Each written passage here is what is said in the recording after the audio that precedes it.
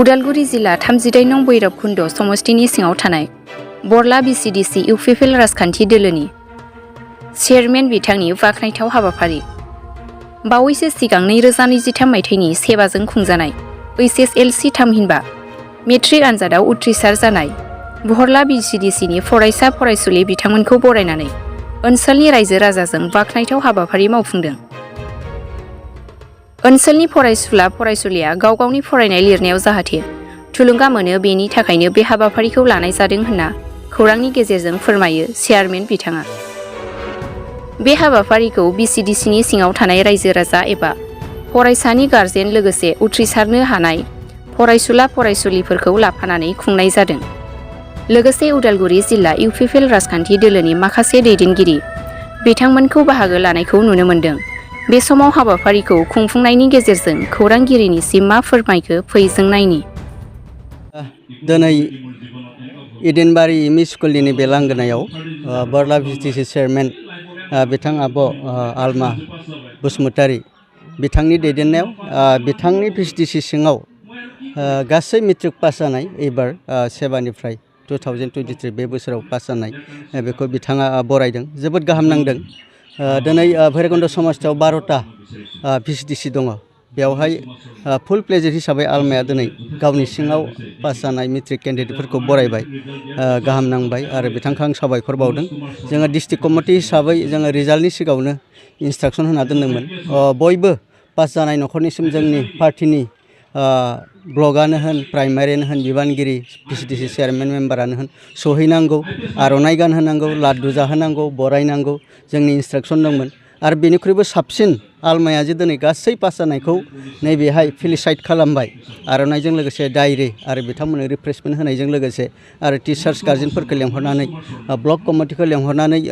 बे प्रग्रामखौ मोजां भाबै लाबाय। बेखायनो भैरबकुन्द समष्टिनि आफादगिरि मनज काख्लेरजों लोगोसे इउथनि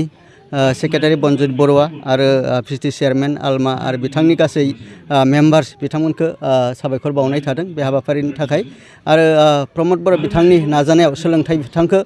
सोलोंथाइ बिथिंखौ मोजां खालामनो नाजाबाय थानाय जादों। बिथाङा पावाराव फैनाय लोगो लोगो स्कुल एडप्सन दायथ'फोरखौ होदों आरो दिनै जों गाहाम नांदों। नोंथांमोना बयबो मिथिगौ मेट्रिक रिजाल्टनि जि पासिं पार्सेन्टेज जोङो उदालगुरिया लास्ट पार्टिं थायोमोन। चिरां उदालगुरि जेब्लायबो थ' धेमाजि बा कामरुप मेट्र' बिथांमोना गिबि बा बेबायदिनो पाठशाला बरपेटा हावलि बिथांमोना लायोमोन। किन्तु ओइबार जों चिराङा जे फार्स्ट पजिशन लाबाय 88.68% बे जोंनि थाखाय बहुत गाहाम नांदों आरो माने थुलुंगाथाव। आरो जों फैबाय थानाय समावहाय BTCनि मोनब्रै जिल्लायाव जों उदालगुरि आरो क'क्राझारा एसे उनाव एबार थाबाय। फैगोन बोसोरावहाय जाहाथे मोजाङै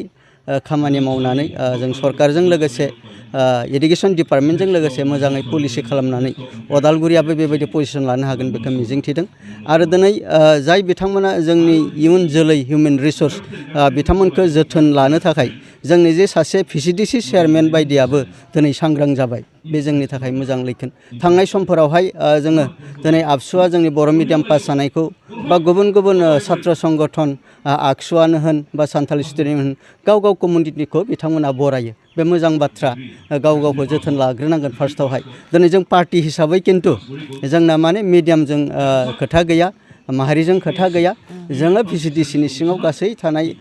बिथां स्टुडेन्टफोरखौनो आदिबासियानो बर'आनो होन असमियानो होन सानथालियानो होन राजबंसियानो होन बिथाङा बरायदों आरो जोंबो बिदिनो इन्सट्राक्सन होदों। आरो पार्टि हिसाबै जोङो मिडियामजोंबो खोथा गैया, कमिउनिटि कालार क्रिड रिलिजनजों खोथा गैया। जों गासैखौबो पार्टि हिसाबै बरायदों आरो बरायलांगोन। आरो जों बेबायदिनो एवारनेस खालामनानै जोंनि उदालगुरि जिल्लानि जोंनि जि पासिं पार्सेन्टेज बेखौ जोङो बारायनांगोन। आरो बेबायदिनो स्कुलफोरावहाय जोङो क्वालिटि स्टुडेन्ट जोङो बांसिन इनक्रिज खालामनो हायो बेनि थाखाय जों खामानि मावगोन। जोङो दिनै पार्टिनि थाखायल' जों खामानि मावाखै, सोलोंथाइ बिथिं, आबाद बिथिं, बेबायदिनो स्पर्ट्स कालचार जेथिंबो जों खामानि मावदों आरो बेबायदि मावलांबाय थागोन। जियानो जा मानो जोबनायावहाय डिस्ट्रिक्टनि इन्सट्राक्सन मथे आलमाया बे मोजां हाबाफारिखौ लानायनि थाखाय जोबोद जोबोद साबायखर बावनाय थाबाय। बड'लेण्ड सुपार 50निफ्राय दिनै सा 13 फरायसाफ्रा दिनै मेडिकेल दिनै मानाव गेदेर प्रमद बर' बिथांनि जि भिजन मिशन सुपार 50 बियो मेडिकेल ब्रान्चआव दिनै 23 बिथांमोनखौ इन्ट्रेन्सनि थाखाय फाथायहरबाय जिथाम बिथांमोनखौ फाथायहरनाय थाबाय आङो न'खरनि एसे खामानियाव बेस्थ' दंमोन बेखाय प्रग्रामाव आं प्रेजेन्ट थानो हायाखिसै जियानो जाया मानो बिथांमोनखौ जोङो आनान गसाइनि खाथियाव आर'ज गाबदों बिथांमोना जाहाथे साफा साफा जाफुंसार मेडिकेल डिपार्टमेन्टआव खामानि मावनो हानाय मोजां डक्टर मोजां रिसार्च जानानै फैथों जोङो नुदों दिनै हेल्थ डिपार्टमेन्टआ जोङो बिराद गाज्रि दिनै जोङो नुदों 55-50 बोसोरल' जोंनि मानसिफोरा जोरनो हमदों जानाय लोंनाय थिग गैया देहा सबबो माने डायबिटिस प्रेसार बहुद माने डिजिसजों जोङो भुगिनांदों बे जोंनि थाखाय माने दुखुनांथाव बेखायनो जोङो दिनै हेल्थ डिपार्टमेन्टआव गोबांथार माने रिसार्च स्कलार डक्टर माने मेडिसिन डिपार्टमेन्टआव खामानि मावनो हानाय जोंनि फुड हेबिटआ एसे सोलायनांगौ दङ नामा जोंनि हेबिटेसन थानाय जानायफोरा सोलायनांगौ दङ नामा बेफोरखौ मोजां एडभाइस होनो जोंनाव गोनां दंसै जोङो ट्रेडिसनेलि जोङो आबाद मावनानै जोङो बांसिन बे हाग्रा बंग्रा न' सिमफायनानै जोंनि दैया थिग नङा जोंनि थानाय न'फोरा थिग नङा फेसिलिटिसफोरा थिग नङा दासो जोङो एसे माने ग्रयिं डेभेलपिं जाबाय थादों जोङो गोबां बिथिङाव सांग्रां जानो गोनां दङ दा बेखायनो मानाव गेदेर प्रमद बर' बिथांनि जि भिजन बिथाङा दिनै शिफ्ट जानायजों लोगोसे नट अनलि पलिटिकेल बाथ्रा सानाखै जोङो हिउमेन ससाइटिखौ डेभेलपमेन्ट खालामनायजों लोगोसे हिउमेन कुवालिटिखौ डेभेलपमेन्ट खालामनायजों लोगोसे जोङो एसे ससाइटियावहाय आपग्रेडेसन लाबोनो थाखाय बिथाङा अभारअल नाजाबाय थादों आरो बिनि थाखाय साबायखर बावदों आरो रायजो राजाखौ आपिल खालामो नोंथांमोनखौ मिडिया नोंथांमोनखौ आपिल खालामो बिथांनि जि गासैबो मोजां खामानि मावनायफोरखौ फकास खालाम समाजखौ जों खौसेयाव लाबोनो नाजा जोङो खौसे थानानै जों जौगालांनांगोन बेखिनिखौनो खावलायनानै जों फोजोबबाय गोजोननाय खुलुमबाय नोंथाङा दिनै नोंथांनि भिसिडिसिनि सिङाव थानाय मेट्रिक केन्डिडेट जिथु दाखालि उथ्रिसार जाबाय बिथांमोनखौ थुलुंगाखां बरायनाय हाबाफारि लानाय जादों बेनि थांखि आरो उद्देश्यआ मा दिनै आं फरला भिसिडिसिनि चेयारमेन जानानै जिहेतु जों फरायसाफोरखौ दिनै जों बरायदों आं दिनै गावनि बे UPPLनि सरकार दैदेननायाव आंनि जितु फरला भिसिडिसिनि बिबान बे बिबानखौ आङो मोजाङै मावलांनो थाखाय बे भिसिडिसियाव जेसेबां गोरिब बा फरायसा गथ'फोर दङ बिथांमोनखौ आं जौगाहोनो थाखाय आं दिनै बे हाबाफारिखौ लानाय जादों जेन गथ'फोरा बेबायदि प्रग्राम बा फारिलाइखौ लायोब्ला उत्सा जानानै इयुनाव आरो बिसोरो गथ'फोरा मोजाङै आरो फरायबावनो गोसो जाथों आरो इयुनाव बिसोरो गावनि लाइफखौ बनायना लाथों बे हिसाबै आं बिसां गथ'फोरनि सायाव आङो बेबायदि थांखिखौ लानाय जादों आरो फैबाय थानाय समाव बिसोर गथ'फोरनि मार्कफोरखौ नायनानै आं सरकारखौ खावलायदों जे बिथांमोननो माबा मोनसे हायज' होनो हायो खोमा स्कलारशिप बा माबा मोनसे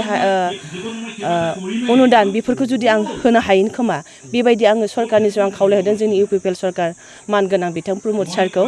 जेन बे फैबाय थानाय गथ'फोरा सोलोंनायनि गेजेरजों जोंनि बर' हारि बा सोलोंथाइखौ लानानै जौगानो हागोन होननानै आङो मोनसे गिदिर आंनियाव मोनसे थांखि दङ बिसोरखौ आसा दं बिथांमोनखौ जे जौगाहोनो थाखाय आंहा जोबोद गोसो दङ आरो माने बे कारनाव आङो दिनैनि बे फारिलाइखौ लानाय जादों आंहा बेयाव जाति आरो धोरोम बेफोरखौ आं एना एनि सानाखै आरो